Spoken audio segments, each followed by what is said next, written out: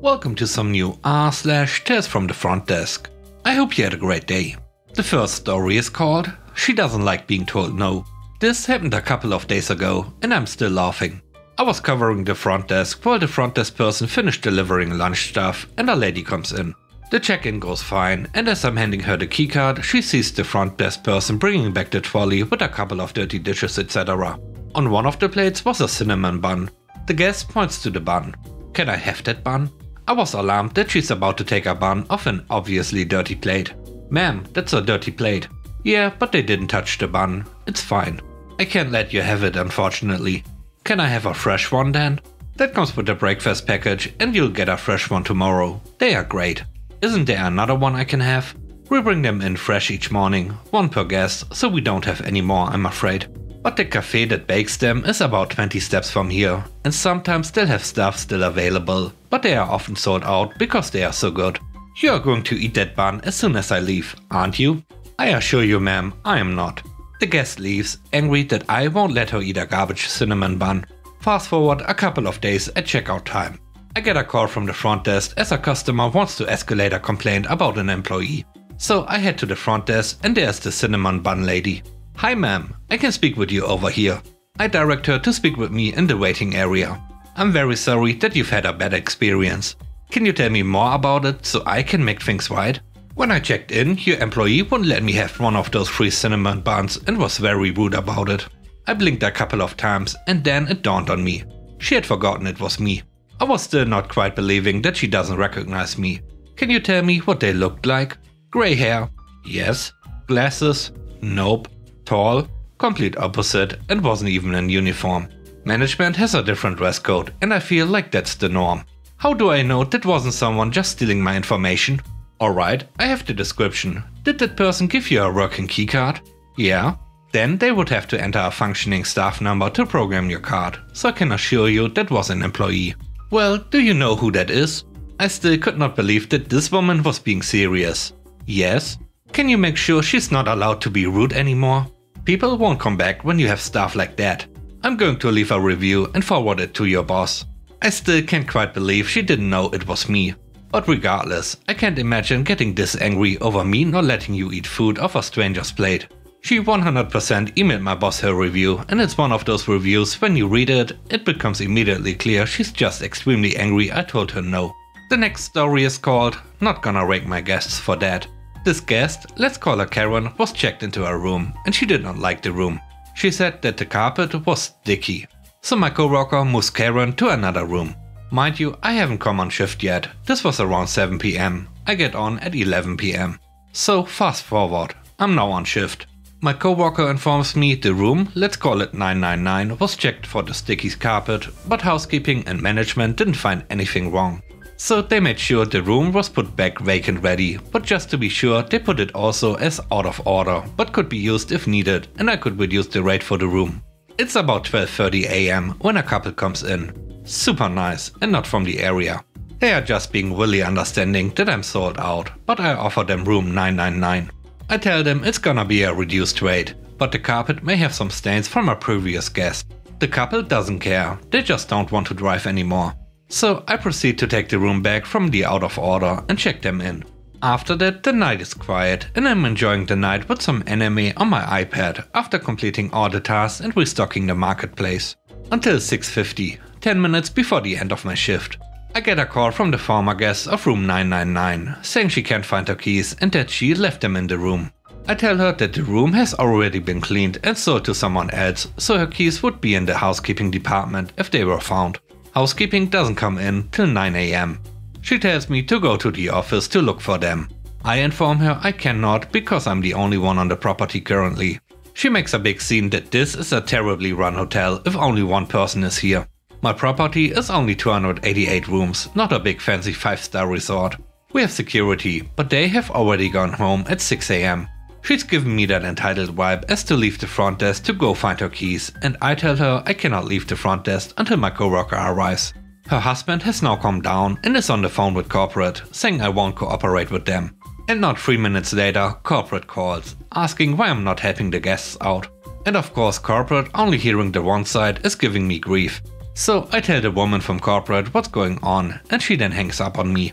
This is leading me to believe that either corporate had better things to do, or this wasn't corporate at all, but a family member pretending to be, so I would be scared. But you can scare someone who is following protocol and has awesome bosses. My coworker comes in, and she does for him, saying in her Karen voice, "Oh, look, another employee."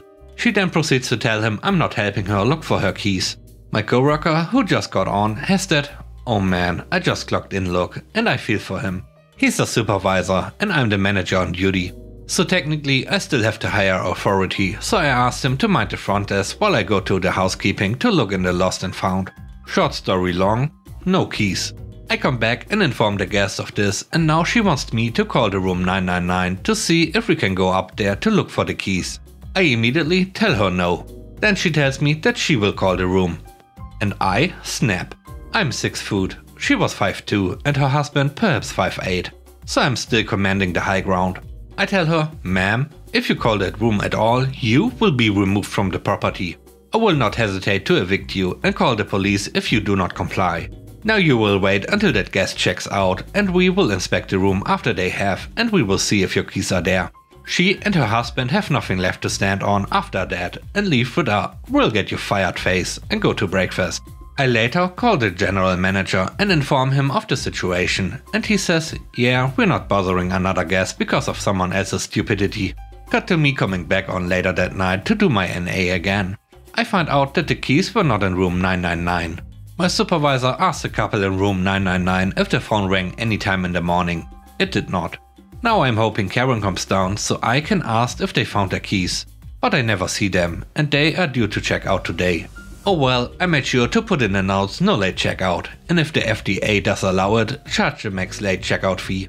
The third story is called "You Towed My Car". So I work on weekends at a popular hotel chain doing NA and security. I arrived at 10 PM and noticed there were lots of cars in the front and side. We have 4 spaces dedicated to shuttle service, and 1 is currently in use by the company, while the other 3 are occupied by, I'm assuming, hotel guests. It's still early and our restaurant and lounge are still open, so I give them time to move. At 1 AM I notice 1 car is still parked there and notify my front desk that we may have to tow. He says to give them until around 2 AM. I do a patrol at 3:30 AM and notice he's still there, so I inform the front desk and call the tow. At 4:45 AM the front desk informs me that the guy whose car is towed is at the front. Needless to say, he's highly upset, stating he parks there all the time and has never gotten towed, and that he has permission from the assistant general manager, whom he mentions by name, to park there. I mentioned that the assistant general manager is the one who conscripted me to tow any vehicles parked there with no exceptions. He had no reply.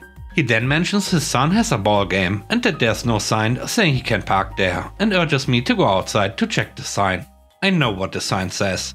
It says shuttle parking only or it will be towed. I explained to him that since those spaces don't belong to us, if our guests park there we will be fined and charged, but he didn't care about our plight. He then throws his shiny member status at me, stating he parks there all the time and has never been towed. He states there's no parking in the front and he's scared to park in the rear for fear of being mugged. I inform him all employees, including myself, park in the rear, and that during the day it's the safest place since employees are often taking breaks there. He has no words but continues to complain. He's saying there are no shuttles even parked there. I've been coming here for months and never seen a shuttle parked there. I informed him there's a shuttle parked right next to where his car was. I would have the urge to state that since he parks there all of the time, he must be well acquainted with the sign, since you literally cannot miss it, as each individual space has the sign. The last story is called "Two Can Play the Petty Game". The city has been hosting the playoffs and conferences for the past few weeks, so we have some pretty rough flips. I 100% do not blame housekeeping for dropping rooms to clean. Our sister property had it worse and was having to relocate reservations to a brand that only has queen beds. Unfortunately, this lady was chosen and she was not happy about receiving a queen. So my sister's property's night audit checked in with me to see what my inventory was looking like, but all we had were double queens. She said she was waiting for No Queens McGee to call back to inform her that she did not have any luck with us. As the night goes on, this lady walks in, gives me her last name to check in to her reservation. I'm sorry, I don't have anyone by the last name McGee. When did you book the reservation?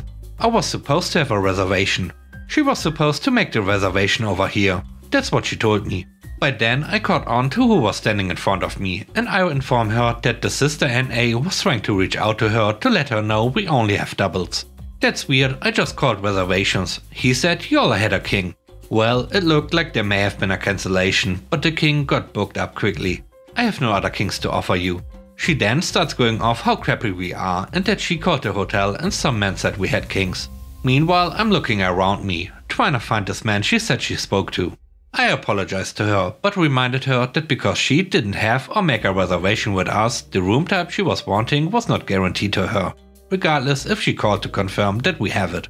She then states that she wants to speak to her manager.